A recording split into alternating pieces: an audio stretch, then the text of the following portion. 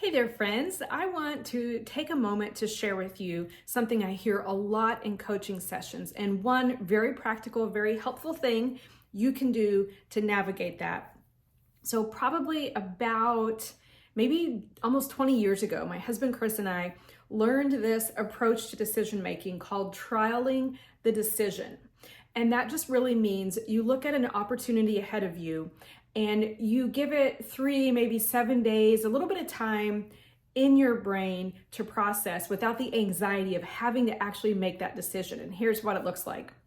So when I'm coaching women and they're saying things to me like, man, I'd love to start a business, but I'm not sure what that would involve.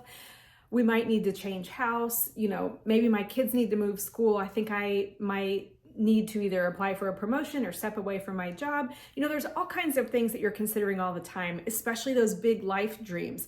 But you probably stop yourself before it gets started too much because the amount of energy it would take or the amount of unknown is just simply overwhelming. I completely understand why. But for many, many years now, this approach has served my husband, Chris, and me so well in making loads of difficult decisions without experiencing as much energy loss as we would if we hadn't have trialed the decisions in our minds. So here's what it looks like. You consider the opportunity, and for the next 3 to 7 days, you go about your normal life. But while you're doing that, you're asking yourself questions. Let's say the example was if we need to move house. You would be asking yourself, okay, what would my commute look like on a typical Monday if we lived in this different place? How would it impact my kids' schooling?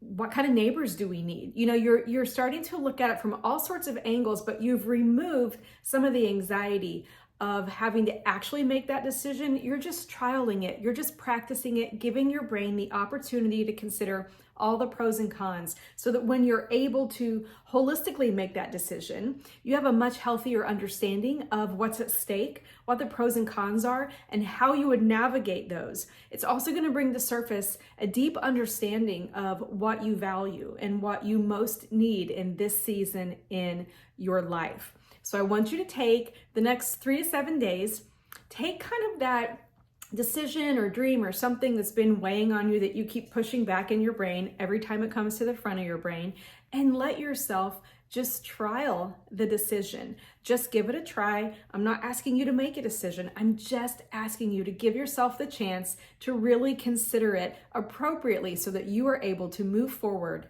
with confidence.